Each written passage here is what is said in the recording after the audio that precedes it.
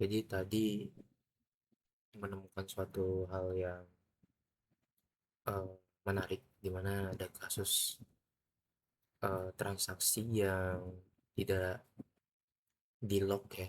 Jadi ketika kita melakukan transaksi pada database, itu databasenya proses pada saat itu query-nya itu tidak di lock sehingga eh, ada fitur-fitur aplikasi yang kritis khususnya kalau kita lihat di sini kasusnya itu adalah stock exchange eh, platform trading gitu. Dan di sini kalau kita coba aja, di sini saya mempunyai 79 euro. Kalau misalnya kita melakukan si beli, itu secara normal sebenarnya biasa saja, tidak ada yang eh, tidak ada yang mencurigakan di sini. Stoknya berhasil dibeli dan uang kita berkurang. Ya, kita jual lagi, sama saja. Di sini menjualnya juga tidak ada yang mencurigakan. Tapi hal yang mencurigakan terjadi ketika kita sedang mencoba melakukan request buy itu secara masif. Ketika kita membeli suatu stok di sini secara masif, sebenarnya hal yang harusnya terjadi adalah mekanisme lock yang diterapkan pada update atau modifikasi data dalam database itu harusnya mengunci suatu raw data selama raw data itu masih aktif, belum di belum di commit lah, intinya perubahan datanya belum di commit, maka data tersebut harusnya di lock dan tidak boleh diakses ataupun dimodifikasi oleh proses query lainnya. Salah satu yang aku tahu itu di Laravel itu kita punya namanya tuh database logging, dan ada dua ya, jadi ada shared log dan log for update. Singkatnya kalau shared log ini dia nge-prevent syarat log lain itu untuk memodifikasi data tapi masih membolehkan pembacaan data oleh syarat log yang lain. Jika kita menggunakan syarat log misalnya di table user dan kita itu menggunakannya menggunakan prosesnya itu ada di thread lain, data tersebut tetap bisa dibaca, namun data tersebut tidak bisa dimodifikasi. Sementara untuk log for update ini lebih ketat lagi, di mana ketika kita menggunakan log for update untuk suatu model ya, di sini misalnya modelnya ada user, data tersebut itu di log ya, data raw yang memang kita ingin akses dan kita ingin modifikasi itu kita log sedemikian rupa sehingga log for update yang lain itu tidak bisa mengakses maupun modifikasinya. Jadi lebih ketat lagi, dan use case-nya ini khususnya untuk log for update ini benar-benar untuk suatu hal yang kritis semacam transaksi. Jika kita melihat dari aplikasi ini, yang berkaitan banget dengan transaksi adalah buy and sell. Jadi aksi jual dan beli adalah suatu hal yang sangat kritis dan perlu dicek, wajib hukumnya untuk melakukan database logging.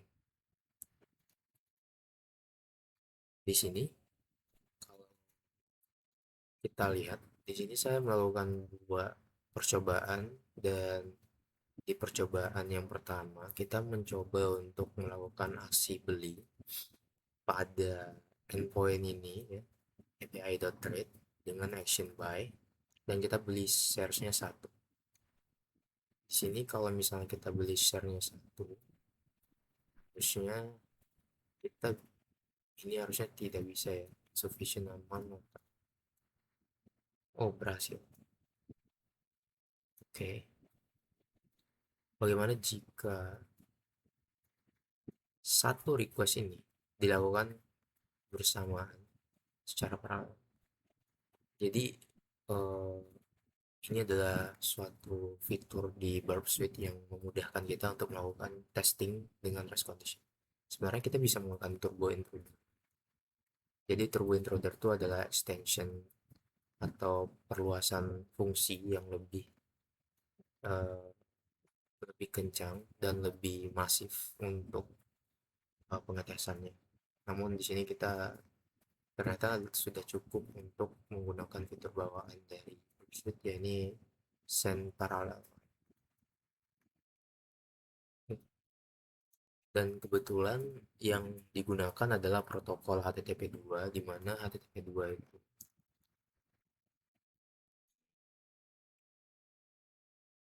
sangat-sangat apa ya, HTTP 2 itu pada dasarnya justru lebih rentan dengan yang namanya race condition, di mana ya ada yang namanya last frame synchronization atau single packet attack yang ya sebenarnya di HTTP 2 tuh eh, last byte change atau teknik tersebut itu diperkenalkan oleh perusahaan yang ngebikin pursuit-nya, yakni Pursuiter.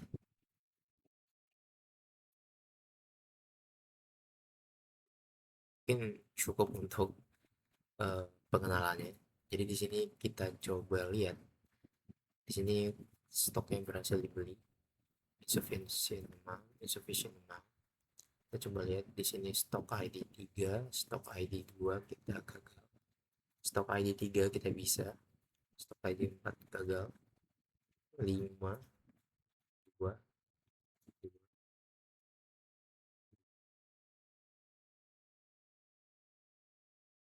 dan gagal di hampir semua untuk stok ID 2. Stok ID 1 dan 5 tadi berhasil, 4 tidak berhasil, 3 berhasil, 5 dan 1. Jadi kalau misalnya kita lihat portfolionya, ini harusnya nambah.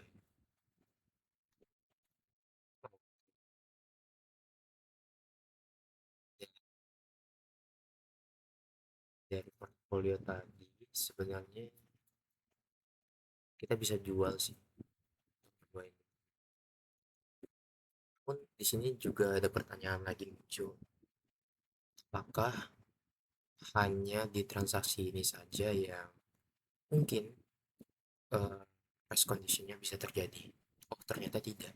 Setelah dicoba lagi pada endpoint exchange juga itu rentan juga.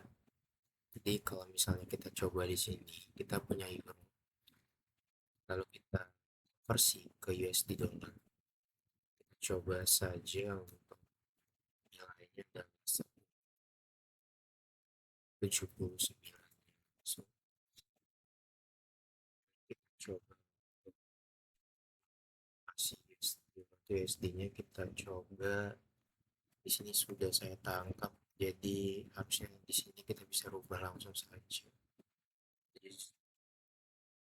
Dan kita lakukan serangan single packet attack lagi. Jadi mudahnya di browser kita bisa lakukan itu dalam satu, selama kita tahu di mana endpoint yang benar, dia benar-benar rentan. Oke, sini kita gagal melakukan versinya. Let's say 60 sufficient.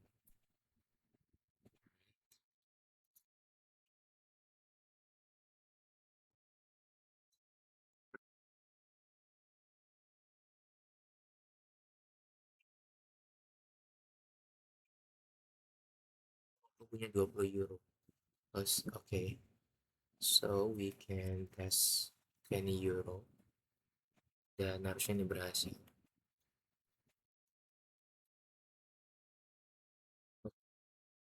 Jadi dia bakal seluruh paket ini dilakukan dalam dimapetkan gitu. Jadi semua request ini seolah-olah terjadi dalam satu waktu yang singkat.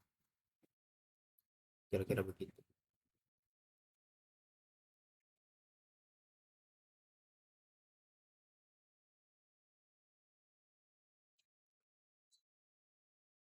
Yap, ada yang salah.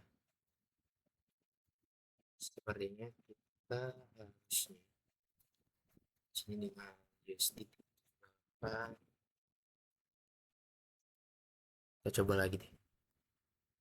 Nggak bisa 0,40. 0,40 kita bisa coba lagi deh. Kita coba lagi. Ini kita,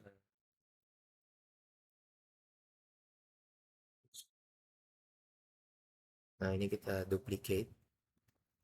Kita duplicate sebanyak 100 atau jangan deh 20 aja cukup. Jadi 20. Oh no, no, no. Kayaknya enggak deh. Kayaknya kita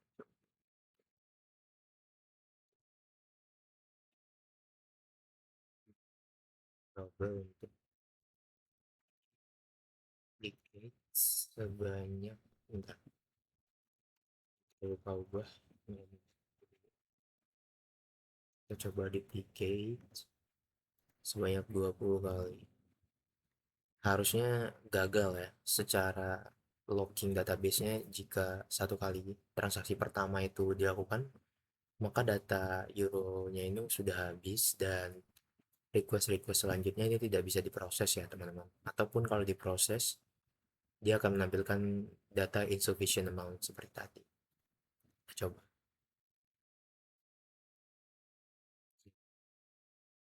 Sepertinya tidak bisa. Kenapa kira-kira? Hmm, hmm, hmm. Oke, coba kita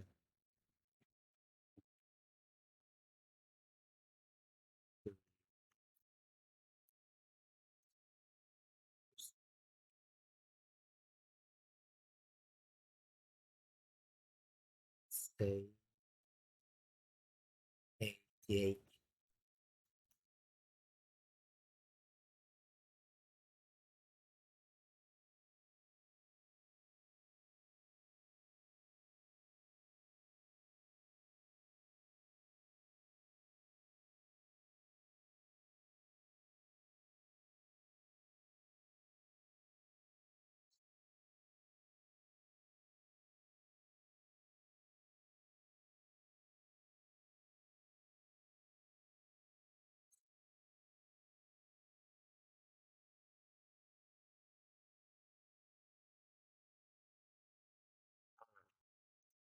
Kita sudah berhasil mendapatkan flagnya. Tapi yang paling penting adalah konsepnya adalah gimana sebenarnya konversi ini bisa berjalan. Pertama, kita mendistribusikan uang euro kita tuh 60 yang mau dikonversi ke US dollar. Ketika itu dikonversi, konversinya berhasil, transaksinya dicatat, ID-nya, ada transaksi lain yang terjadi. Transaksi ini dengan ini dan semuanya ini berjalan hampir bersamaan.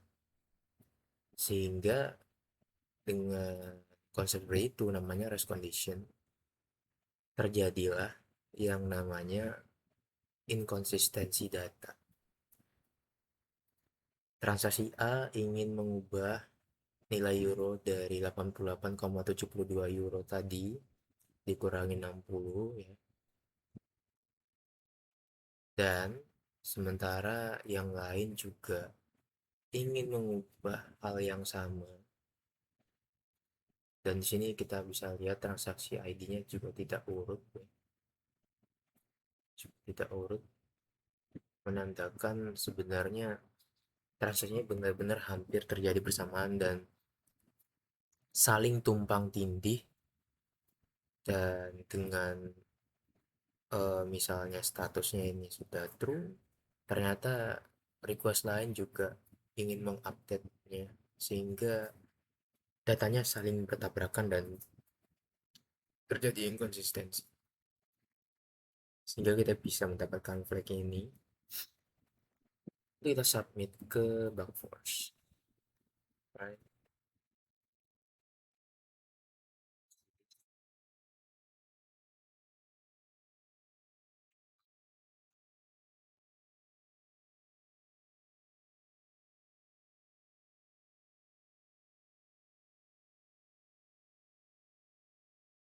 Submit flag.